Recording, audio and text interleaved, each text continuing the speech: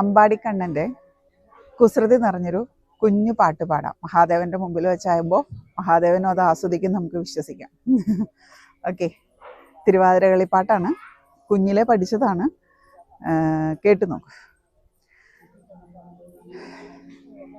അംബുജലോചനൻ തൻ്റെ വിലാസം കേട്ടുവരുന്നൊരു ഗോപികമാർ ബദ്ധപ്പെട്ടവരോടി ചെന്നു നോക്കും നേരം കാണായി.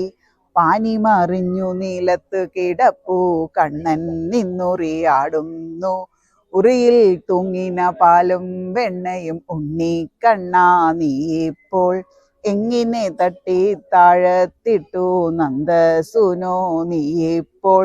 ഞാനും ജ്യേഷ്ഠനും ഗോപികമാരുമായി ഓടി ഒളിച്ചു കളിക്കുമ്പോൾ പൂച്ച വന്നൂറി തൂറന്നോരൊച്ച കേട്ടു ഞാനപ്പോൾ. പൂച്ച പാലു കുടിച്ചോ എന്നു നോക്കാനായി ഞാനപ്പോൾ തഴുതും മെക്കര കയറി ചെന്നങ്ങെത്തിച്ചെന്നു പിടിച്ചപ്പോൾ കാലുകൾ രണ്ടും തെറ്റിയും പോയി, പൂച്ചയും അങ്ങോട്ടോടിയും പോയി.